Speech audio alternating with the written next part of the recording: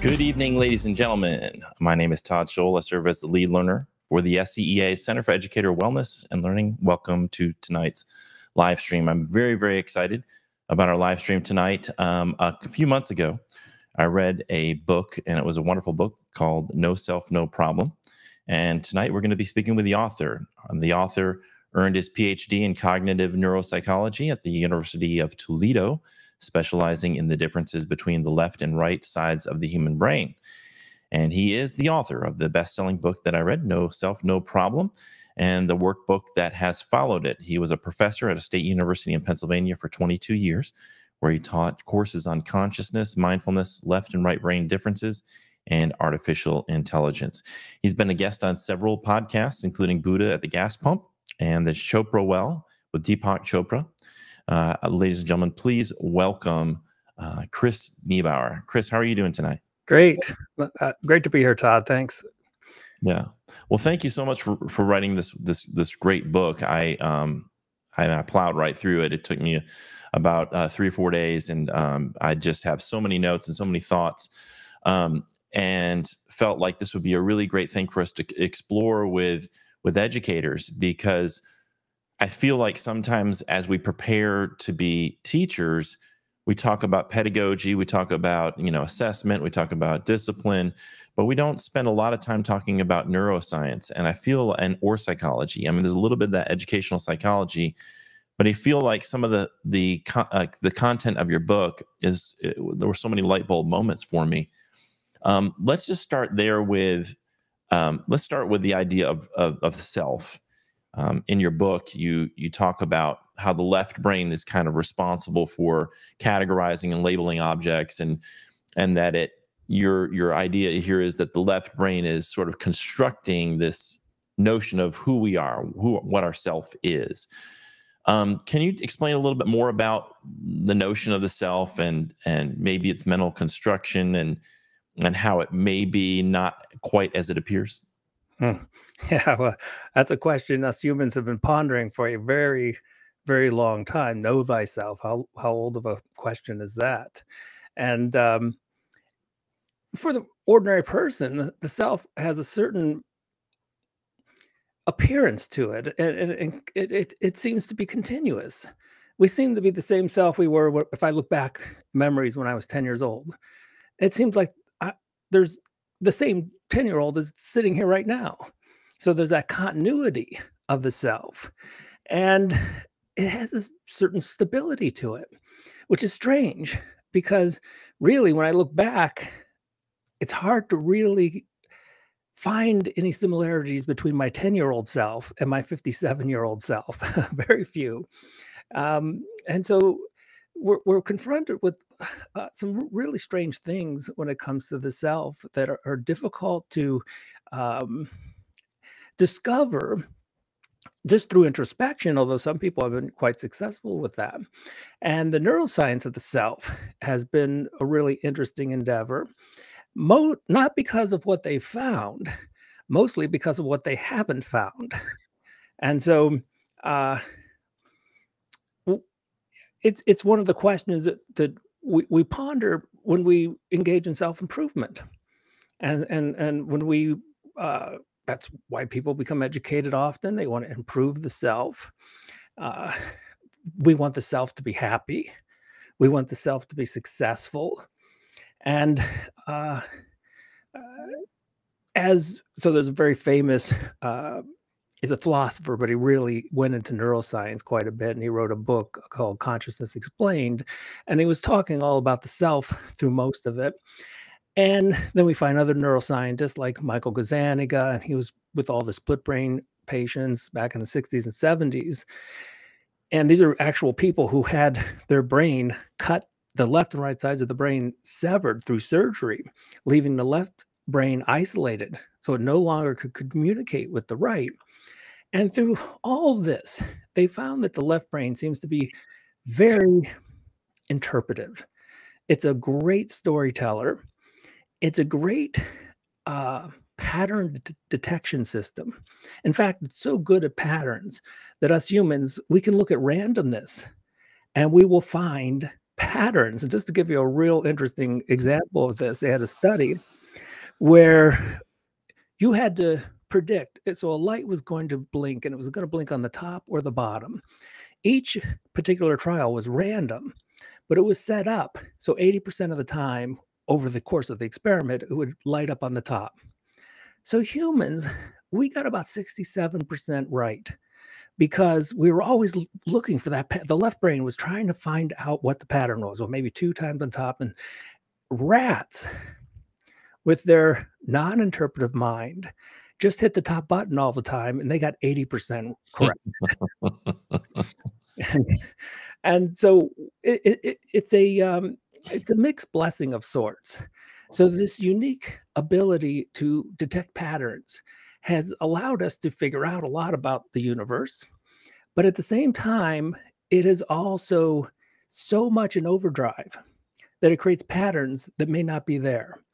And from my perspective, and this goes back to the insights of the Buddha, is that what we think of as the self is simply seeing a pattern when in fact no pattern actually exists. Right. So would you say that, and I think you say this in your book, that the self is real? It is not necessarily, it's real in the way that you said, like an oasis is real, that we see an oasis, that there is something that we're perceiving, but it's not what we think it is. And that, from what I got from your book, is that the left brain is constructing this ego or this self. And you talk about the 10-year-old stuff. Think about, like, from 3 to now I'm 53, all of the ideas and thoughts that I've layered onto that construction of self, and yet it's still, that is, it's not what I make it out to be. That the self is not as perhaps solid as I think it is, and maybe one of the reasons why we do that is because underneath it there's this fear of extinction, there's fear of death. So we want to add as many layers to that construction so that maybe it seems more tangible, more solid, more durable. I don't know. What are your thoughts on that? Well, the fear of death is a very interesting one because it's one of the tops the list of human fears. But the strange thing when it comes to the self is how often the self is offline. In other words, the self dies all the time. When we get really interested in a hobby or we're listening to music, the self is gone. You're not thinking, this is me listening to music. The self dissolves. And of course, this is the goal of mindfulness and meditation.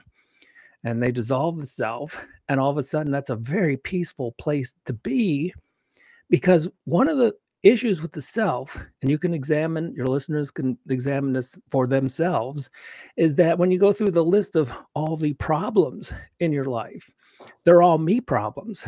They're all I problems. So all the problems going on, at the center of that is this idea of the self. And so all that disappears when we no longer construct the self through thinking. And that happens to us all the time so music is one of my favorite meditations, and you can't see it, but I've got guitars in the background and I played guitar my whole life. And it's always been my favorite form of meditation, because while I am, and I shouldn't even word it like that, while the music is being experienced, there is no I. Right. So it's, and you mentioned flow state, and a lot of, like George Mumford, who taught that to Phil Jackson, who taught it to Michael Jordan and Kobe Bryant, that flow state is where the self sort of dissolves because we're using different parts of the brain. And I know you talk a lot about how we need to be looking at the right side of the brain, that we're so heavily sometimes in our society and within our school systems focused on development of the left brain because it's the language center, and a lot of schooling is around language, whether even math as a language, reading, writing. And that is that right side of the brain that we often leave undeveloped because it's not measured on a standardized test. But it's that right side of the brain that, where we get into the arts, the music, and can get into that flow state where the self does drop away, and then you're activating a different part and kind of taking that default mode network offline and going into a different state where if there's no self, there's no problem. Like your book says, there's no problem, right? So that, I think a lot of people find that therapeutic to do things that activate that right side of the brain. Can you talk a little bit more about the right side of the brain, and what are some ways we can, as a parent or as an educator, help students tap into that right side? Yeah, great question. There's so much there, because the left side of the brain, because it's such an amazing storyteller, and that's great. And sometimes when I'm interviewed, it sounds like I'm coming down a little too hard on the left brain's processing. And the reason for that is because what I'm really trying to do is regain some balance. And so I don't want to speak in any way negatively about the left. Like, we wouldn't be able to have this wonderful conversation and without the left brain doing its language thing. And so there are all kinds of talents that we want to encourage through education, build up, get the left brain functionally optimized. But to really bring about balance, we'll have to reorganize our values to appreciate what the right brain is doing. Actually, when left-right brain research started around when it became really popular in the 60s and 70s, the right hemisphere, because it lacked language, was actually called the inferior hemisphere. Mhm. People really thought so little of it. Now, there's a sense where I get that, because in our culture, language is so important that if you had a left brain stroke and you lost the ability to speak, that would be problematic. That would be difficult. You'd have a lot of obstacles to overcome. But what you lose with the right brain, it's more subtle. The right brain, because it's not a storyteller, it seems to be far more in the present moment. And that's one of the things us humans, we sort of got off track with, because the present moment, as you may have heard from all kinds of lectures on meditation, is the only thing that's real. It's the only thing that really exists. Right. So if you're living in a storytelling reality where you're dragging the past around all the time and you're always trying to get better in the future, that is a great way to live in terms of being successful by our modern cultural standards. But you're leaving out the beauty and wonderful joy that you get when you remove the past and future and live in the moment. And you can see this. This is why the right hemisphere plays a special role in music, because one does not listen to, some people do, but most people don't listen to music to improve themselves. And they don't listen to music to get to the end of it. Right. I mean, if you're doing a homework assignment, I know my son tells me he's working to get to the end of it, and he's working to get better at some math or whatever. But music, mindfulness, you don't meditate to get to the end of it. If you're doing meditation the right way, you're not meditating to get to the end. I remember, Alan Watts said something like that. Alan Watts was talking about, we don't play music to get to the end of it, or we don't dance to get to the end of the dance. Like, the whole point is the actual playing of the music, the listening to it, the whole thing. And it's funny because we do have a tendency in school to say, the whole point is to get to the end of this thing, to get to the goal, and to get the grade or whatever it is. And I think that does sort of condition young people to see their life in terms of, there's this thing I've got to get done. So what are some ways that educators and schools can sort of create the conditions where we rebalance and shift back to helping young people tap into that right brain? Well, we've seen some of it. And so it's really not, because when I was in academia, I taught a course in mindfulness and meditation.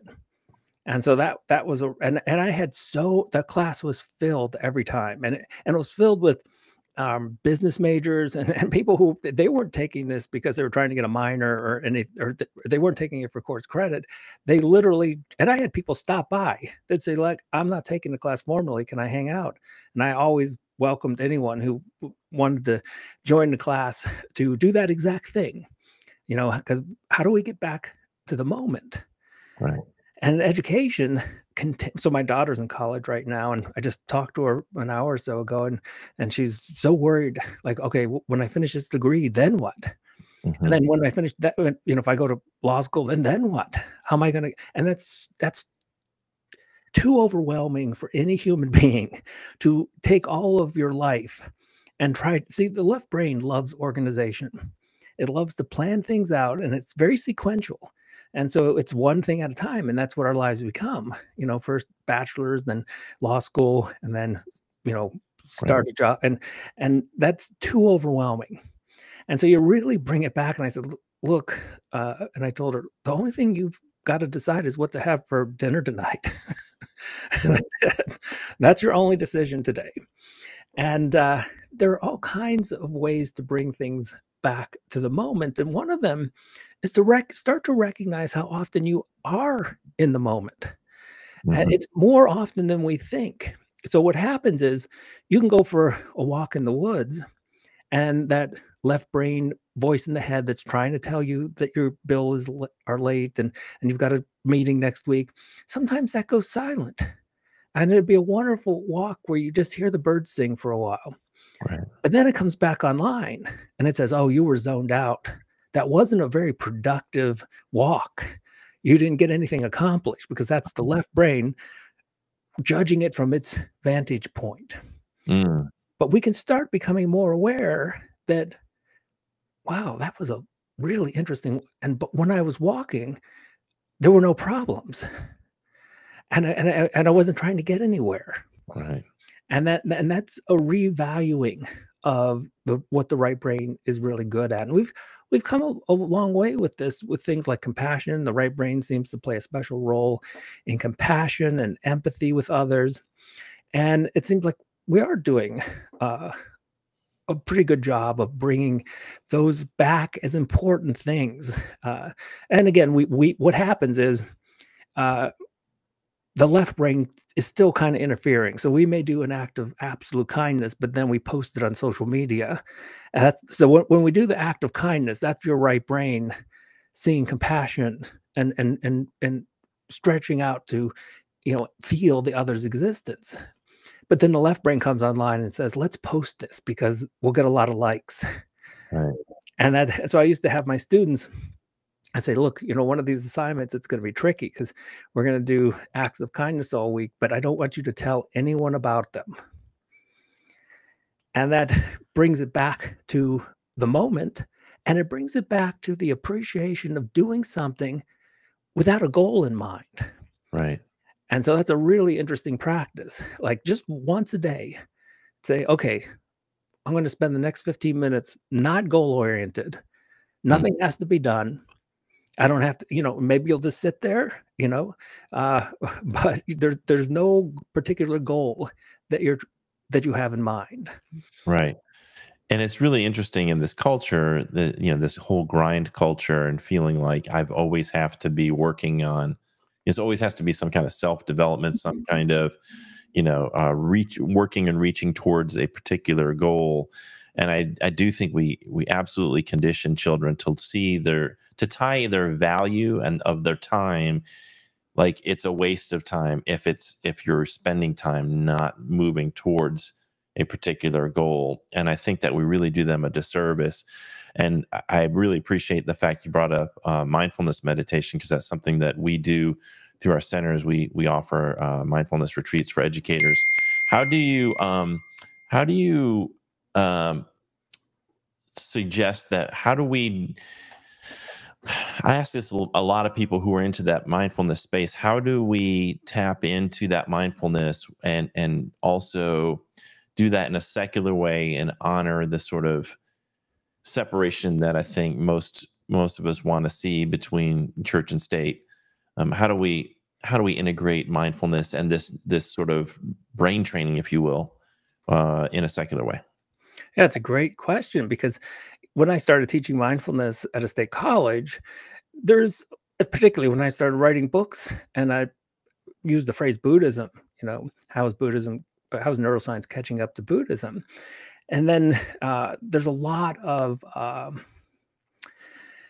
connections tied with that and thoughts tied with that. And so usually when I give a talk, the first thing I talk about is that there's this brand of Buddhism, which to me is really obvious, and it's secular Buddhism, which is to say, when you read the workings of the Buddha, you recognize this is just a person.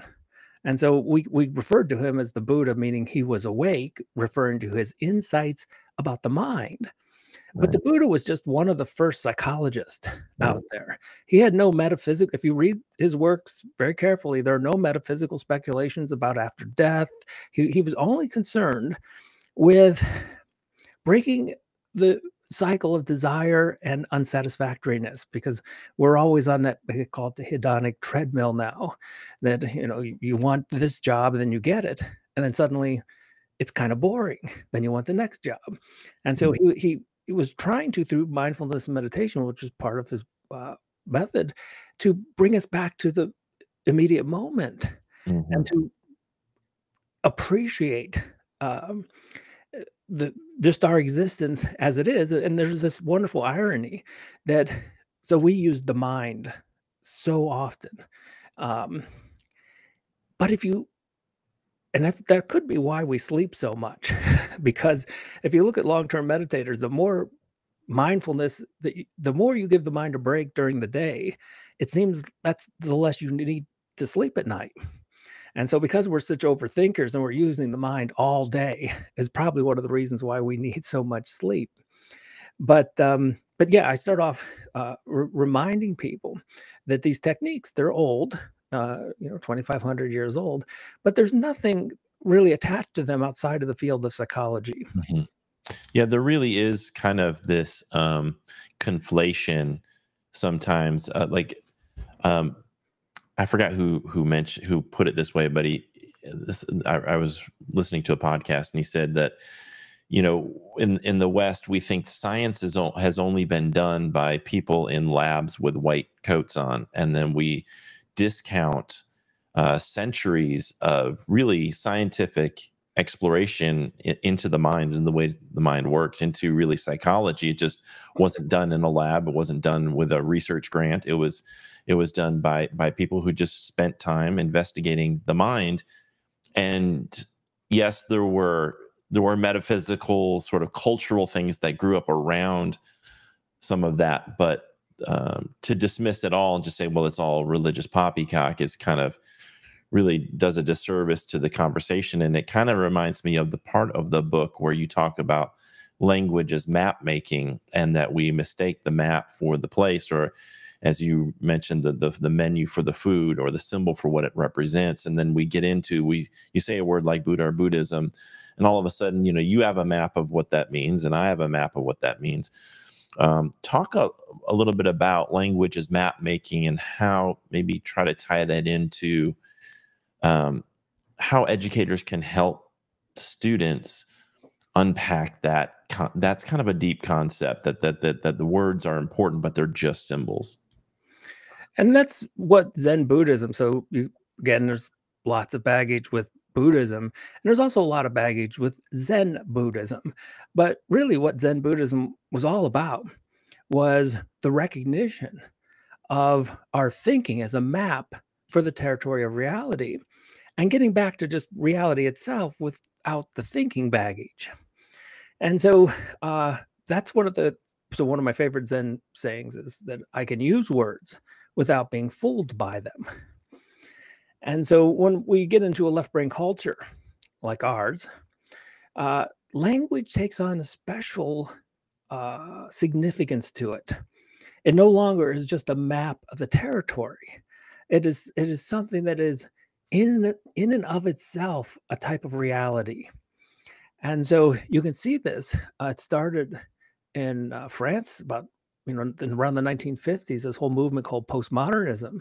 That movement was really organized. What a lot to unpack with that, but to try to simplify postmodernism, if that's at all possible, they were really putting language as not the map, but the territory itself. In other words, language is reality. And that gives language a really different feel than it has for all of us in our 50 in the past. Like when I was growing up, you heard this over and over again, sticks and stones break your book. Words cannot hurt you. And that's because they were symbols of reality, and a symbol can't hurt you. But then words became to take on a higher level of significance. And that's why right now, culturally, we're very words are very powerful. And the reason they're so powerful now is because we've given them that power. Right. And because we no longer see them as maps of the territory, we see them as the territory itself. Yes.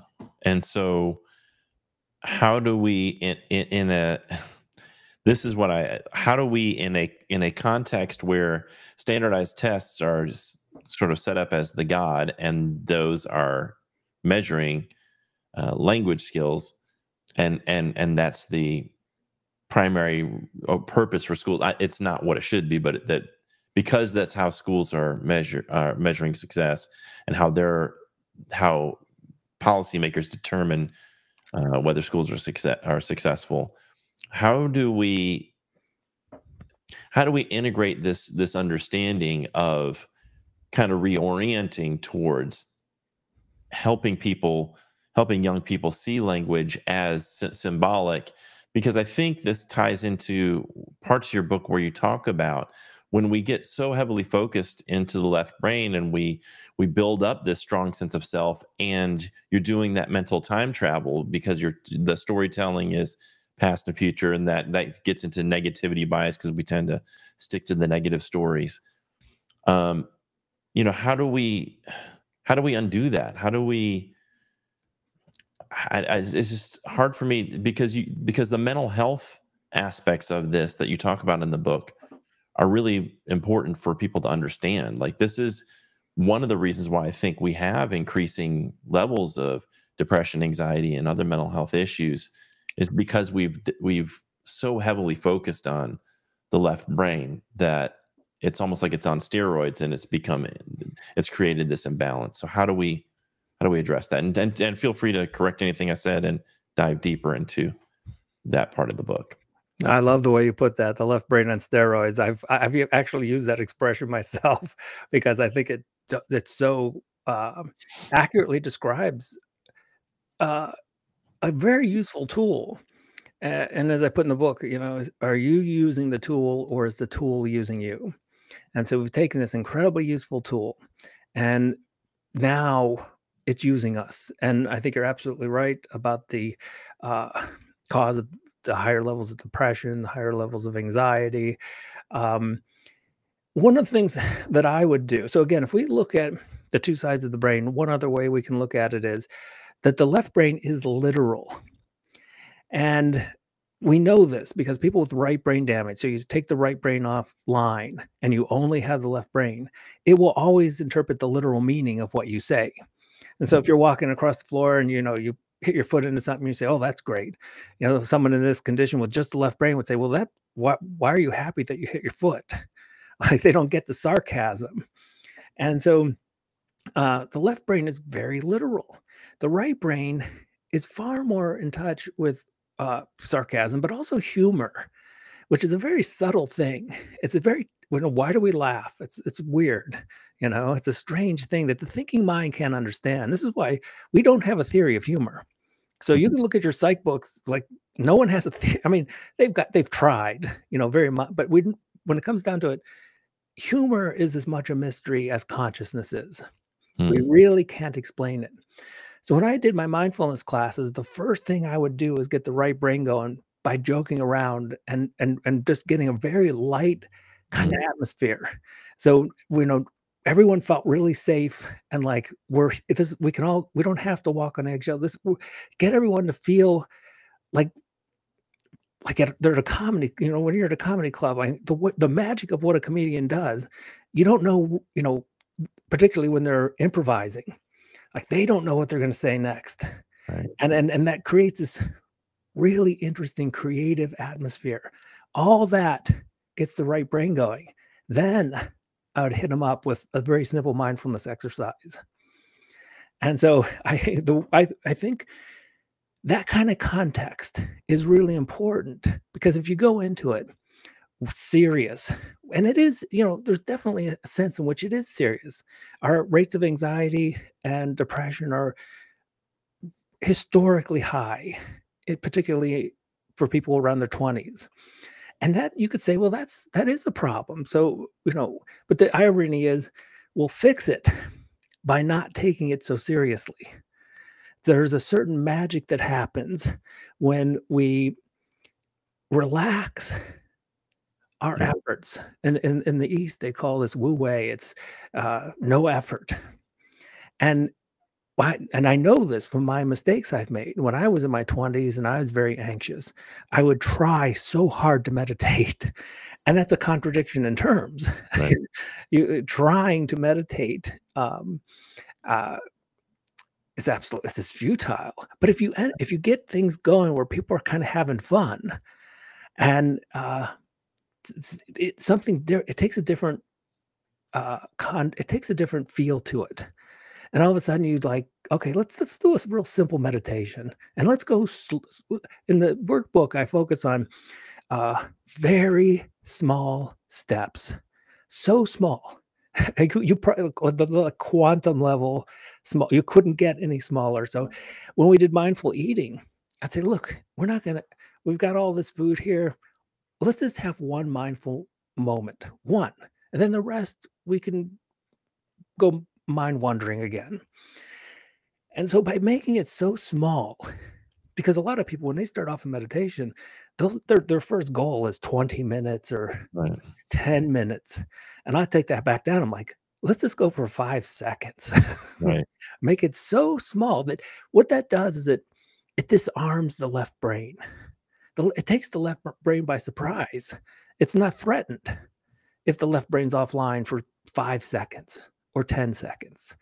And so you do these small things, just at the first bite of your food, just be very conscious of that first bite. And the thing is that that conscious experience is so different than how we typically experience. And again, I'm talking about mindful eating now. My class, this was the thing that literally blew their mind, because most of the time they are in the storytelling mode. They're either watching television or on their phone while they eat, or they're having a conversation or something. They're not eating. Mm. They're not conscious of what they're doing. And for so many of them, this was the first time they had been conscious of the food they were eating. And the conscious sensation was so it was so experientially deep that they had told me over and over, like, that was the best tasting grape they've ever had in their life. Right. And so what we find, and this is actually, so I'm working on a new book, and it should be out maybe next year. And the whole premise of the book, and it fits perfectly with the other two, but the whole premise is that there are really two worlds. We live in this thinking world that has the past and the future.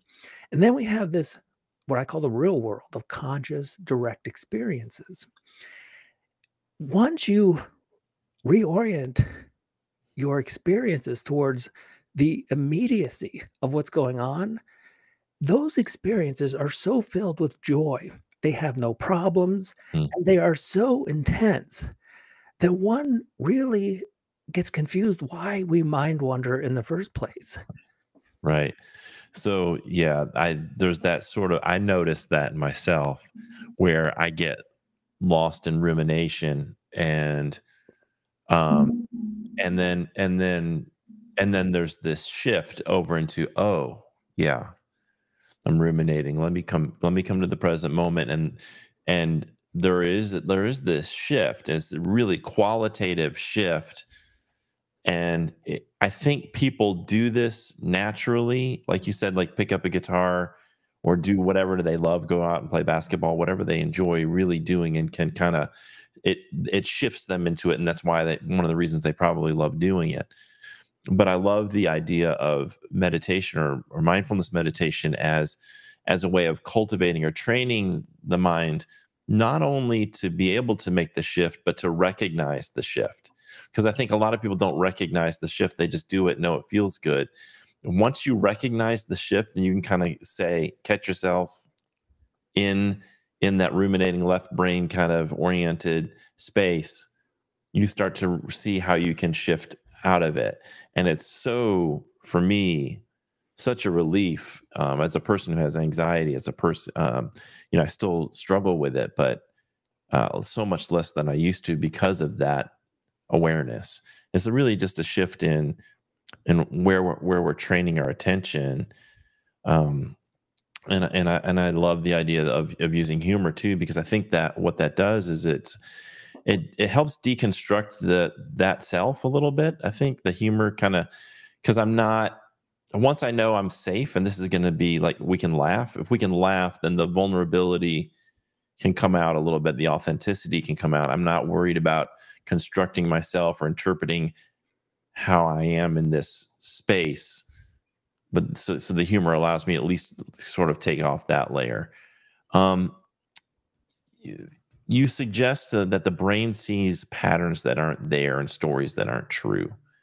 So how does that, talk about some concrete ways where that creates problems for teachers and students? Well, one of the qualities of the left brain is not just to come up with stories, because if you took stories lightly, they may not cause many problems. But the left brain, when it creates a story, it has an absolute certitude that it's correct. And we know this. There's two different lines of research. The split brain patients, their left brains made up a story and they believed it without question. And there's also another line of research where people's right brain, and I think of the right brain as kind of a reality checker. So if these left brain stories get too out of line, the right brain steps in and says, look, you're way out of line with reality. And so when the right brain's offline, the left brain just does these amazing stories, absolute confidence that it's accurate, but the stories are absolutely out of touch with reality. And so from that, we get this notion that the left brain just doesn't tell stories, but it's the part that is absolutely certain that it's correct. Mm-hmm. And so one of the things that we can start to work on, and this is something I would do with my students all the time. It was a practice I'd do in class, and I'd say, let's do a list of how many times you've been right, say just in the last few months, about one topic or another topic. And it's just jotting off the kinds of things down. Okay, now how many times have you been wrong? And they're struggling. They're like, they can't think of anything. Right. And we actually, the class would start to laugh because they know, in a sense, like, I couldn't have really been right all the time and never been wrong. There must have been times when I actually was wrong, but I just didn't pick it up. And so because we've become so much a left brain culture, it's really been divisive with us because everyone believes they're right. And then they stop talking to people who disagree with them. They hang out more with people who share their exact opinion. And then everyone just reinforces the certitude of their position. And so one way to deal with this is to really go deep and consider when you may have been wrong. It takes a little work. It takes a little introspection. But with a little work, you can start to discover, and again, this is a whole class will work on this, and the students would slowly start, oh, maybe I was kind of wrong this one time. And that's a great, kind of crack in the egg of the whole thing. All you need is that little opening. And once you recognize that you may have been wrong about one thing, then you may have been wrong about more. And this is why I would love debate. And I'd love to get the classes going in healthy debate, not the kind of thing that I'm right, you're wrong, but let's go on an adventure together to discover something that might be more interesting than what either of us are thinking. Right. And so, what is your mission? Because the left brain's mission is to be right. The right brain's mission is to find truth. And there are different missions. And and plus the right brain, the wonderful magic of the right brain is it's far more empathic. And so it has this idea like, maybe you are right. Maybe, it, uh, and emotionally connected to other people. And so when we have debates, I think we're debating wrong because we start at it almost with a very us versus them, and to be right is to win. Hmm. And so whenever I start a debate, I always started off with an emotional connection. And so, it's wonderful to debate my daughter because I'm just like, look, I love you. This is a great place to start a debate because then I'm not trying to be right. Right. We're just on an exploration together. And so you can start off with really a positive connection. And then you can actually see how people who really think they're disagreeing with each other are often so close that they miss how close they are. Yeah. They miss how many things they actually do agree on. And that's that, we almost, I think, get a dopamine rush. The left brain gives us the whole brain this kind of pleasure chemical when we're right. And that's a bad addiction. Because it really doesn't, it's not productive. It doesn't help us progress in any way that I can think of. And so, yeah, those are just the hints that that's what I do in class. That's what I do when I give a talk. And if we do get into some kind of debate, start off with something that's a positive emotional connection between you and your opponent. And I see this happening. Sometimes debaters will do this and they will say something nice and positive about the other person, and then they will get into the debate. But left brain debates very rarely end well because both sides are dug in so deep. The left brain, it's not going to compromise because it is doing its job. And again, this is one of those moments. I don't want to make the left brain look like the enemy. And Hmm. the left brain's just doing, it's an old survival machine. That's the way I look at it. And so it's trying to interpret and make guesses about what's going on in the world. And if it just made guesses, we wouldn't act on them. So the left brain had to have what we would call arrogance. It had to just, okay, it's really taking a guess, but it had to make it feel like it knew absolutely for certain that this was the case. Then we'd act on it. And remember, the left brain only had to be right just enough for us to survive. And it didn't have to be metaphysically, on a quest for truth. Right. So, so the self is illusory, and yet anything that threatens that self, and part of that is our political affiliation, our religious beliefs, what our parents taught us to be right and wrong, that all is part of that, wrapped up in that notion of self. And so when new ideas come in, which again are symbols, and threaten to alter that self, I would imagine that taps into the limbic system and creates a sense of fear and a sense of, uh-oh, I might be changing here, or I might something about myself. I'm having to give up this perception of myself and this perception of reality and alter it to fit this. And so I think that's maybe that's why some people are so reactive rather than just like really contemplate, hey, I may be wrong here. There may be something I need to adjust to here, to accommodate in my schema, to and that can be uncomfortable. And that's why, when I talk to people about that, like, to me, that's where your growth is coming from, is getting into that place of discomfort. If you're comfortable all the time, you're probably not growing because there's been nothing challenged about your worldview or about your concept of self. And even though it's illusory, it's still like maybe a useful illusion to a degree. Um, and talk about that, like the usefulness of the illusion of self. There is some type of evolutionary reason why we construct it and why it's useful, but maybe why it's important for us to kind of overcome that. Talk about that. Yeah, so the self, and I talk a little bit about it in the workbook. I don't know if I talked about it in the original No Self, No Problem book, or maybe I hinted about it. So our species, Homo sapiens, I mean, we're about, you know, 300,000 years old. And so we've been around on the planet for a while, but I doubt we thought the way we do now. So thinking it was probably a much more recent invention. And one of those thoughts was that we have a self, and that probably did help survival. Egotism, narcissism, these were probably positive things, 100,000 years ago when we had to deal with an ice age and we Mhm. had to deal with environmental conditions that were unthinkable today. The problem is this program has been hanging out now for maybe 50,000 years. It hasn't been updated. And, so it has its usefulness. But if you look at the world we live in today, it in no way resembles the world of our past. Mhm. We were in small groups, 50, maybe 150 max. Um, there's very little government or any kind of, you know, political organization, um, uh, no technology, uh, sometimes not very little ownership, no money to speak of.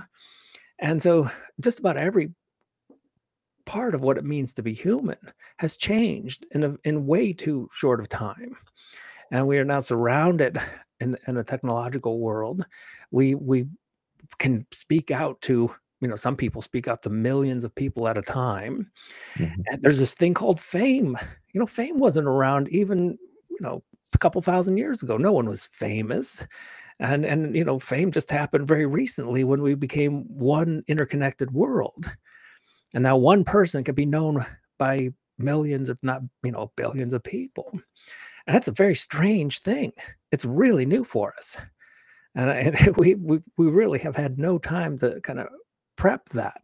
Mhm. And so this self-illusion had a so again, it may have been the very reason why we're here, because there was actually several other different types of humans, not just Homo sapiens, and for some reason, we're the only ones that survived, and it could have been due to that trick of thinking, which led to this idea of a self, which, uh, could have been very helpful with survival, but we don't need it in the way that we did in the past. Well, in fact, uh, we don't need the we probably don't need to think very much. And we're a culture that loves thinking, we value thinking. Descartes said it perfectly. He said, "I think, therefore I am." Our very existence depends on thinking. But when I talk or, do exercises with groups of people, I ask them to consider you might get by quite successfully with only thinking maybe an hour a day. And in fact, that has happened. So there have been individuals who, through meditation and mindfulness, suddenly thinking just shut down. The voice in the head stopped. They just don't think. And this one guy, I wish I could remember his name. He's running like millions and millions of dollars and like it's companies, several companies he was running. All of a sudden he stopped thinking. The Gary Weber. Gary, yeah, Gary Weber, exactly. And and nothing happened. He was able to completely run his companies just as successful as before, and I think that's a very insightful, and again, some people may say, "Well, that's one person," but it's an extreme example of someone who's in a very powerful position with lots of organization that's necessary, lots of decision making, but he gets by most of the time without a self and without thinking. Yeah, and because most of the time when you are thinking, when you're in that, when you're shifted into that with that veil of rumination, it's for me anyway, it's like you said earlier, it's all I. It's almost all I. Even if it's about other people, it's my relationship with them or something about like my kids or Yeah. my partner or my friends or my work or um and it's all self-referential. And then it typically gravitates to, okay, I have this problem, I need to solve it. And I think there's probably I think you alluded to this quote. It's like the mind is a wonderful servant and a terrible master. And I think what happens is we just go on autopilot with that thinking, and we're not intentionally using it, like picking it up to say, let me think about this problem. Let me be really intentional about solving it, and then laying it back down. We just pick it up almost subconsciously and just roll with it and roll with it all day long and do very little to disrupt it until we're so tired of ourselves that we stream a show or we like you said play music or do something to sort of get ourselves out of that that space. And I think probably part of the reason why people drink a lot Okay. is to slow down that part of the brain, that, just at least slow it down a little bit. If they can't completely disconnect from it, slow it down. Oh, I would say all addictions are attempts to slow down thinking. And there's a wonderful paper I'd suggest your listeners, it's online. It's called "A Wandering Mind is an Unhappy Mind." I don't know if you've read it before, but it looked at how often we are engaging in this mind wandering, and it's about 50% of our time. In fact, of all the activities, there's only one activity I'll let your listeners guess. There's only one thing humans do where we're actually in the moment. Every other activity we do, we're not where we're at, and we're not when we're at. Yeah. And so, we it's not just that we mind wander.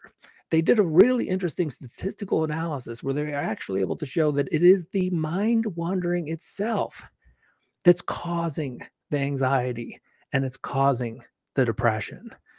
And I think that's really important. And I'll mention this is such a if we're in a mess, it's a cultural mess, which is good news because that means we can get out of it. It's not something biological. And I often talk about the Pitahan, and they're a group in South America.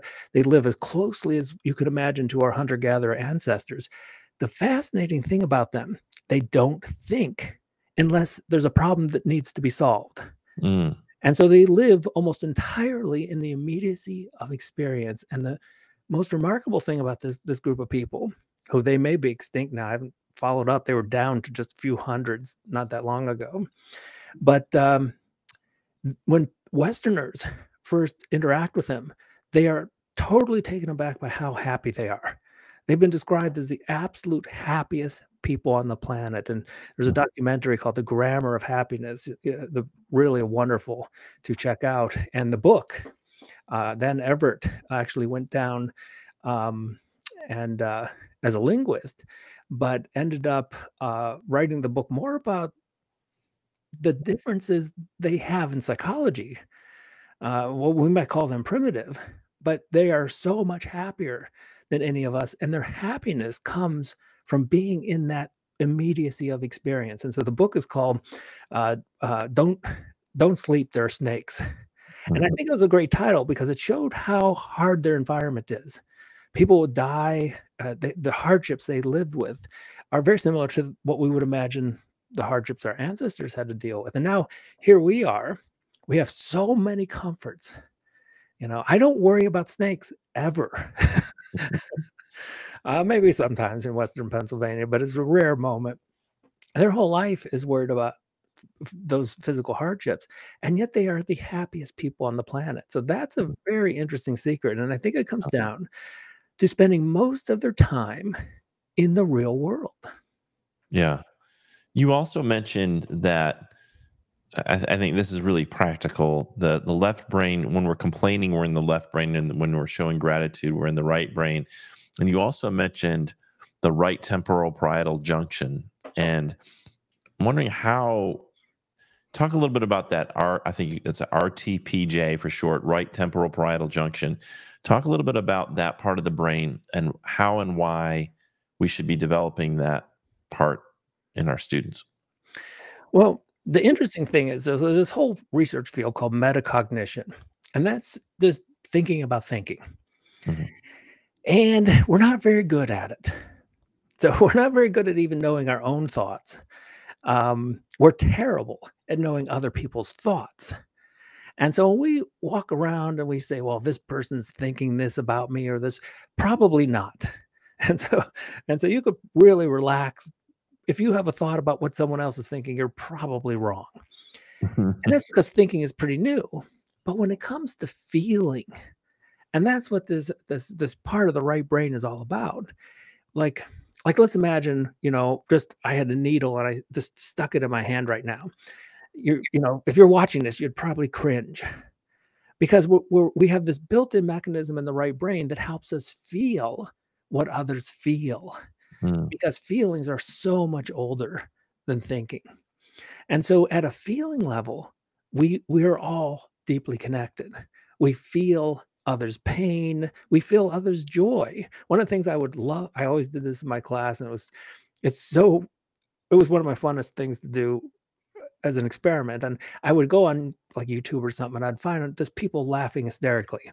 And I gave no context to this. I just started it like in the middle, like Mm. no intro to it. Just start with all these people laughing, and you don't know what they're laughing about. And all of a sudden, the class would start laughing. And then they would be laughing harder and harder until they're like, some people are laughing. And then I'd stop it and say, "Why are you laughing?" And they'd just be like, "I don't know." Mm. Because we're so connected at an emotional level that it comes absolutely automatic. And that's why we can feel, if another person is having a bad day, we feel that. And we're actually quite good at that. What we're not very good at is knowing what other people are thinking. And so by making that distinction between thinking and feeling, and realizing we're actually very talented at what other people are feeling, we can have a little more faith in, like, so if you're watching and maybe a student feels uncomfortable, like, or a student is happy or a student is sad, like, the odds are if you're feeling it, it's probably more accurate. If it's something that you're thinking, like you're in the middle of class and oh, I don't think anyone's enjoying this. A thought like that, probably it's maybe 50-50, who knows, probably worse than that. And so it's a very old mechanism, but it's a very reliable one, and that connects us with other people. And you know, neuroscientists like Ramachandran, he's called these mirror neurons, and so they mirror other, and you can tell when people are having a good conversation, when they're connecting, they will actually start mirroring each other's actions, Mm. and that's just the connection that we have. Interesting. The last question, we're running out of time, is the one thing I found really fascinating and also very, very relevant for teachers is this levels of processing, or you rephrase it as levels of meaning. And I love the example you gave, which is, and folks can find this in the book, but there's an example of all these, the string of sentences that when you first read it, you're like, I can read it and I understand it, but it's not making any sense to me why these words are being put together. And then you just basically can give one key word or a key phrase there, and then you go back and you're like, oh, that all makes sense now, because of the fact that, and I think this is what happens with students as they're learning to read. In many cases, they're able to read the words on the page, but they're not able to really process or create meaning out of it. Talk a little bit about that section. Yeah, levels of processing came up in the 70s. It's I thought of it was absolutely like revolutionary because it was showing that the way we organize, the way we memorize is really through meaning. It's not the actual surface level material. Right. And so if you're going to give a lecture and you don't give the context, if you don't give the underlying meaning of what this is all about, people are going to be lost. And then that's one of the things, again, with certain types of tests, particularly when we like, I remember taking, I had a very difficult time in Spanish because, it's like this sound is connected with this sound and this sound is connected, but there was no underlying meaning behind any of it. Right.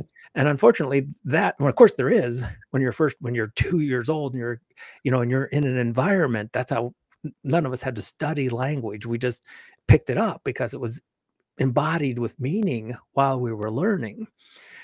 And so levels of processing, really what we could, I guess I call it levels of consciousness or levels of meaning, because the basic finding is the more meaning that is present, the less you have to memorize it.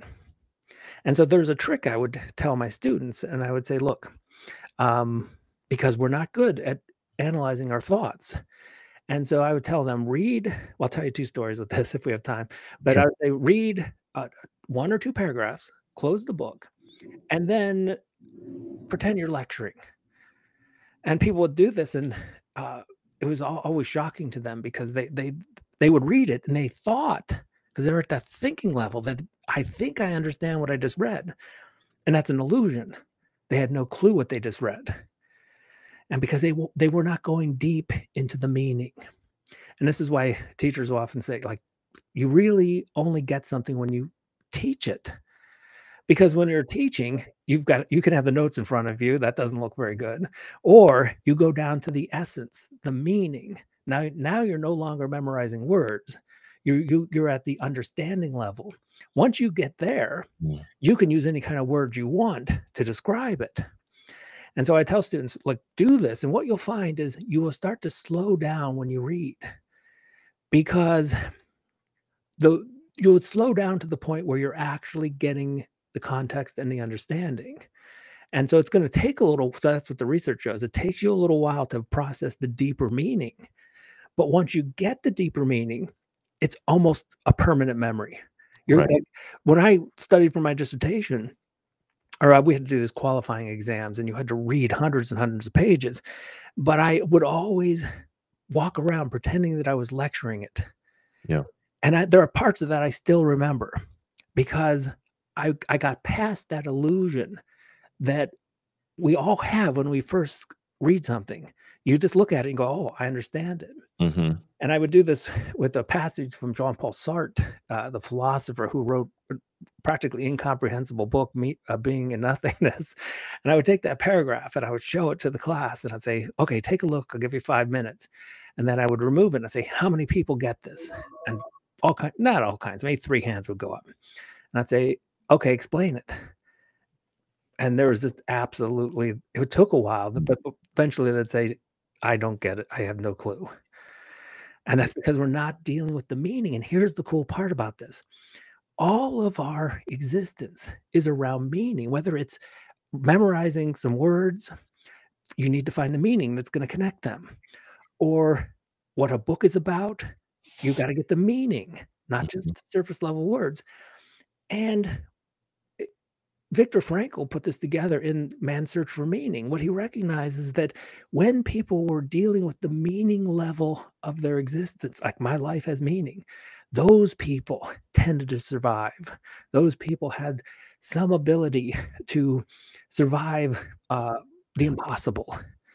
And so that's why he was so focused on meaning, because everything in our lives gets connected around meaning, whether it's cognitive things, and these all seem to be centered in the right brain, not the left. And I think that's a great way for us to kind of close out, because this is what I'm trying to really focus on when I talk about the kind of change we need in our public education system. Is students need to see the meaning in it. And if the only meaning that they're getting out of it is, well, it just prepares me to go to college, or it prepares me for the next step in my life, for a lot of students, that's really not enough meaning. And it also is a really kind of shallow meaning to just say that all this is, your child is just a preparatory stage for adulthood. Because like you had mentioned earlier, we just set ourselves up for doing that our entire lives. So I get this first job so that it'll set me up so I can become the manager, and become the manager so I can do this. And it's like the purpose, we never arrive at the purpose of our lives. Then it kind of goes back to what we're talking about with music, and how our lives should be more like playing music or like dancing, and that it's not just about this end stage getting to it, that it's about enjoying the whole movement, the whole dance. And I feel like your book is a really great way for teachers to dive into these concepts, so that we can kind of restructure schools, rebalance schools, so that we're not setting students up for a lifetime of just looking forward instead of arriving at the present moment, where, like you said brilliantly earlier, life is always happening. It's the only thing that exists is the present moment. So if we're not living there, where are we living? So thank you so much, Chris, for your time tonight. And if you want to give you a minute just to promote anything you want to promote, your website, your book, for those listening and want to learn more. Sure. So I have a YouTube channel, just Chris Niebauer, Ph.D. Lots of different subjects I cover, lots of illusory processes from the left brain, lots of things on mindfulness, meditation, neuroscience.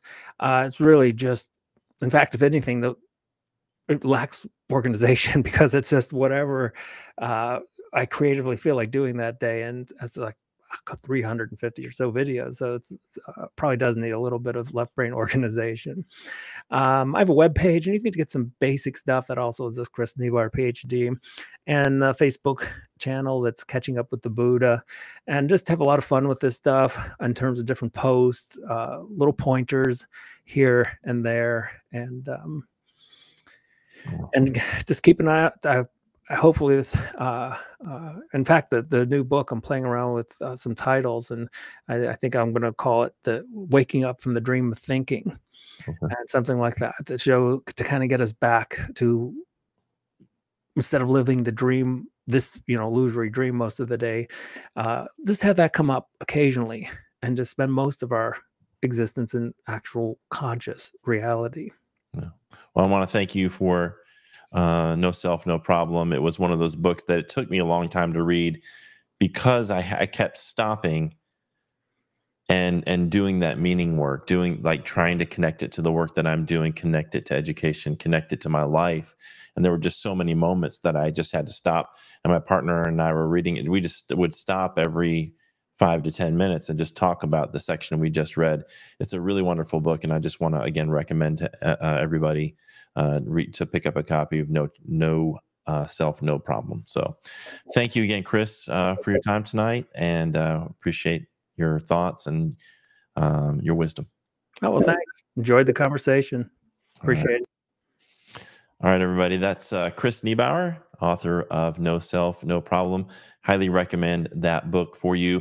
And a couple of things we have coming up. If you're not familiar with this, let me pull the little caption off there. So we have something called Cool Coaching, and this is designed for induction teachers. If you need assistance, and we consider those teachers in the first 5 years of the profession, we offer free one-to-one coaching sessions online every Tuesday and Thursday night from 6 to 8 o'clock.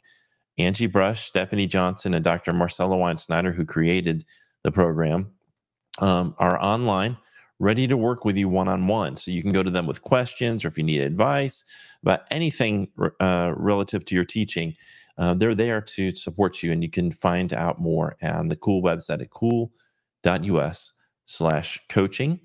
And also, speaking of mindfulness, for those of you watching tonight, if you are interested in learning more about mindfulness, we're going to be hosting an educator mindfulness retreat. This is for South Carolina public educators only. It is going to be held June 26th through 28th in Old Fort, North Carolina, at a place called Indigo Nature Retreat. It is beautiful. It is right on Curtis Creek, this roaring creek that you can hear no matter where you are on the property. There's lightning bugs at night. There's this beautiful creek that runs through the property, beautiful trees, nature. It's just a wonderful, wonderful, relaxing place in the Pisgah National Forest. And my partner, Yelena, and I will be facilitating this retreat. It's secular, it's science-based, it's trauma-sensitive, it's designed for educators. We have about 5 spaces left. We sold out our first retreat, and this one's halfway sold out. So if you're interested, go tonight and check it out. There's an application. It's at cool.us/retreat. And just a little bit of information, if you're a member of the SCEA, the cost is $150. If you're not a member, the cost is $250, and that includes your accommodations and your meals and yoga and a book and all the training. So really, it's all you have to pay for is your travel to and from the retreat, and any snacks you want. So, and we'll even have snacks and coffee there for you as well. So if you're interested, check it out at cool.us/retreat. And of course, you can check out all the resources that we have on the Cool website at cool.us. And this whole live stream will be posted onto the live stream probably tomorrow or Thursday. We'll get it posted for you. And you can go there and explore all of the resources we have at our Center for Educator Wellness and Learning. And the last thing I want to say is, we would like to invite you to be a member of the movement at the SCEA. We are the only union for educators in the state of South Carolina. And yes, we are an affiliate of the NEA, which is the largest labor union in the United States, with 3.2 million members across the country. who've decided to come together to speak together, to use their voice to affect education policy, to help create the kind of schools that educators deserve, not just classroom teachers, but bus drivers, cafeteria workers, front office staff, anybody who works in a public school here in South Carolina is welcome to be a member of our union, and we'd love to talk with you about that. If you're interested, you can go to jointhescea.org, or you can text the word join to 48744 and sign up right now to be a part of the South Carolina Education Association. So many benefits. I was looking at my credit card benefits from NEA alone, and the number of benefits, the amount of money that I got in cash back on just my NEA credit card, it double paid my dues. I mean, that's insane. Like just on that one benefit alone, it not only paid my dues, but double my dues. So if you take advantage of the benefits that NEA has to offer, I know that expense is an issue, especially for educators. Sometimes money is an issue, but this is really, there's so many great benefits that if you use them, you'll more than make up for the money that it is. But it's really more than that. It's not transactional. It's not just about you give us money and we're going to advocate. It's really about you taking ownership over advocacy, because we can't just pay somebody to go advocate for us in Columbia. We have to be advocating together collectively at the national level, at the state level, and at the local level. And we empower you to do that. We help you get organized, mobilized, and get together to advocate effectively, because in our movement, our members lead. Our members are the leaders of our movement. And we'd love for you to help lead us in that movement. So again, if you're interested, go to jointhescea.org or text the word join to 48744. I want to thank the guest tonight, Chris Niebauer. Again, wonderful conversation and a great book.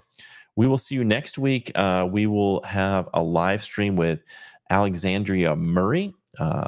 She's going to be talking about free professional learning resources. That'll be on the 20th. I will be in Fort Mill doing some professional development on March 22nd with their special ed staff. And then I'll be at the Aspiring Education Conference in Columbia on March 23rd. And I will be doing a session on mindfulness and the upcoming docuseries, Rehumanizing School. All right, everybody, that's about it. I hope you have a wonderful rest of your week. And thanks again to Chris. Take care.